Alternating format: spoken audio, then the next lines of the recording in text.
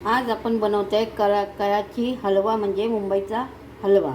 त्याच्यामध्ये 1 कप मी कॉर्नफ्लॉवर घेतला आहे आणि आता 2 कप पाणी घालून मिक्स करून घेते। हे बघा, मिक्स करून घेते। 2 कप पाणी घातलं, 1 कप कॉर्नफ्लॉवर घेतला आणि 2 कप पाणी।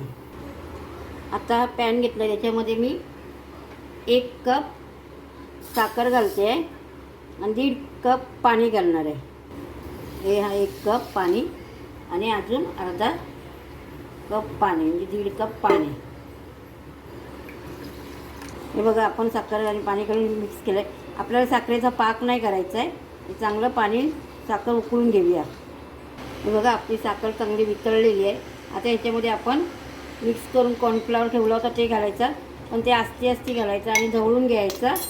मग बघा, चांगला ढवळून घ्यायचं पटकन। बघा, चांगलं मिक्स करून घेते। चांगलं मिक्स करतच राहायचं। हे बघा, असा आपला हा गोळा रेडी होतो। आता याच्यामध्ये आपण घी घालत जायचा, 1-1 चम्मच घी घालायचा।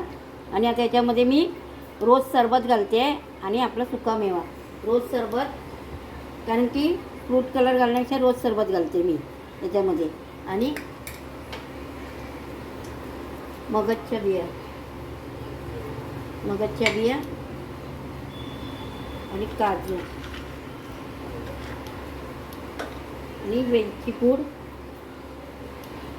आणि घी, हे सगळं घालून मिक्स करून घेते। हे बघा, आपण दुसरा फ्रूट कलर काहीच घातलेला नाही आहे, फक्त रोज सरबत घालूनच आपण कारण मुंबईचा हलवा हा करून घेतलेला आहे। हे बघा, याने थोडं थोडं करून घी घालत जायचं त्याच्यामध्ये, 1-1 चम्मच करून असं घी घालायचा आणि चांगलं त्याला ढवळायचं।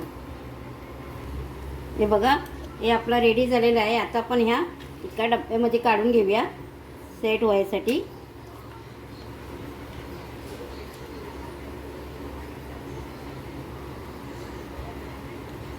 चांगलं काढून घेऊयात, मग चांगलं सेट करूया।